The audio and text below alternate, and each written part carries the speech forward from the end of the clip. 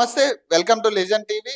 లగచర్ల ఘటనకి సంబంధించి దాదాపు వారం రోజులు కావస్తా ఉంది. ఇష్యూకి సంబంధించి చాలామంది గిరిజనుల మీద దాడి చేసినట్టుగా తెలుస్తా ఉంది. దీనికి సంబంధించి బీఆర్ఎస్ వాళ్ళు ఇప్పటికే ఆ విక్టిమ్స్ ఎవరైతే ఉన్నారో మహిళలందరినీ కూడా ఢిల్లీకి తీసుకెళ్ళిన పరిస్థితి. నేషనల్ హ్యూమన్ రైట్స్ వాళ్ళు వచ్చి ఇక్కడ ఎవరైతే అక్కడ అధికారులు ఉన్నారో వాళ్ళని సస్పెండ్ చేయాలని చెప్పి ఇమ్మీడియేట్‌గా వాళ్ళు ఆర్డర్స్ ఇవ్వడం జరిగింది. దీనికి సంబంధించి ఇప్పటికే దాదాపు 40 నుంచి 50 మంది రైతులను అరెస్ట్ చేసినట్టుగా తెలుస్తా ఉంది. ఇప్పటికి కూడా ఈ అరెస్టులు అయితే కంటిన్యూ అవుతా ఉన్నాయి. ఈ గిరిజనులకు సంబంధించి ఆళ్ళు విక్టిమ్స్ అంటూ కూడా కొంతమంది అరెస్ట్ చేస్తా ఉన్నారు రైతుల్ని ప్రధానంగా. ఇప్పటివరకు ఆ రైతులు రిమాండ్‌లో ఉన్నారా? అసలు ఏం జరుగుతా ఉంది? ఇన్వెస్టిగేషన్‌కి సంబంధించి కూడా ఇప్పటిదాకా కూడా ఎట్లాంటి కంక్లూజన్ అయితే బయటికి రాని పక్షాన ఇక్కడైతే వాళ్ళకి సంబంధించిన లేడీస్ ఎవరైతే ఉన్నారో భార్య గావచ్చు, తల్లి గావచ్చు వీళ్ళందరూ కూడా బయటకొచ్చి కొట్లాడుతున్న పరిస్థితి. సో, దీనికి సంబంధించి ఇప్పటికే మానవ హక్కుల సంఘాలు ఇవన్నీ కూడా వెళ్ళే ప్రయత్నం చేస్తా ఉన్నారు. కానీ అక్కడికెవరిని కూడా లగచర్లకి ఊర్లోకి ఎవరిని ఎళ్ళనిచ్చే పరిస్థితి కనపడట్లేదు పోలీసులు కూడా. సో, పోలీసులు అక్కడి నుంచి అక్కడే వెనుదిరిగే ప్రయత్నం చేస్తా ఉన్నారు. ఒకవేళ వెళ్ళడానికి ఎవరైనా ప్రయత్నిస్తున్నా వాళ్ళని అడ్డుకునే ప్రయత్నం చేస్తా ఉన్నారు. మొన్న ఈటెల రాజేందర్ గారిని, డీకే అరుణ్ గారిని గావచ్చు, లేకపోతే నిన్న హ్యూమన్ రైట్స్ వాళ్ళని గావచ్చు, లేదంటే పీఓడబ్ల్యూ సంధ్య గారిని కూడా అరెస్ట్ చేసే ప్రయత్నం చేశారు. దీనికి సంబంధించి నిన్న బీఆర్ఎస్ నాయకులు మానుకోటలో ఒక సభ పెట్టడానికి ప్రయత్నించగా, ఆ సభకు అనుమతి ఇవ్వలేదు ఆ ఎస్పీ.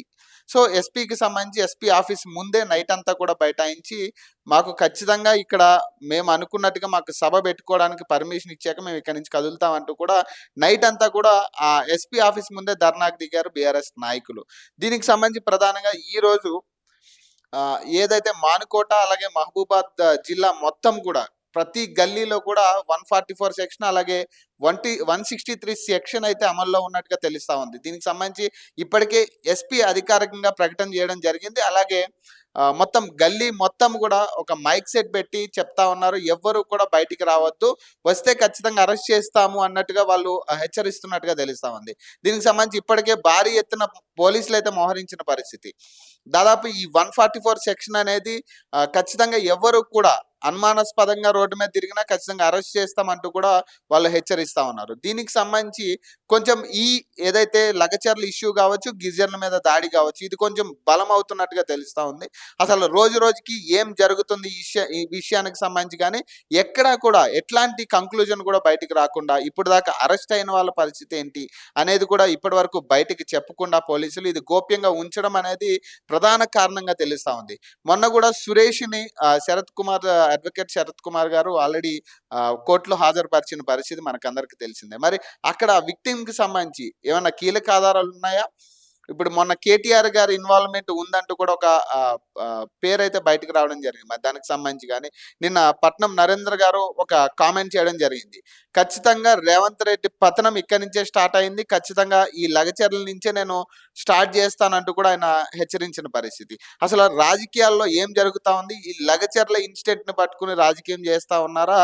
అసలు 60 మంది రైతుల పరిస్థితి ఏమైంది? వాళ్ళు ఎక్కడున్నారు? అసలు వాళ్ళ దగ్గర నుంచి కీలక ఆధారాలు ఏమన్నా వచ్చాయా? దీనికి సంబంధించి అంటే కేసుకి సంబంధించి కానీ అసలు ఇన్వెస్టిగేషన్ ప్రాసెస్ అనేది జరుగుతా ఉందనేది కూడా ప్రధాన చర్చగా, ప్రధాన అనుమానంగా కనపడతా ఉంది. ఇప్పటికే బీఆర్ఎస్ శ్రేణులు అయితే పూర్తిగా హెచ్చరిస్తా ఉన్నారు.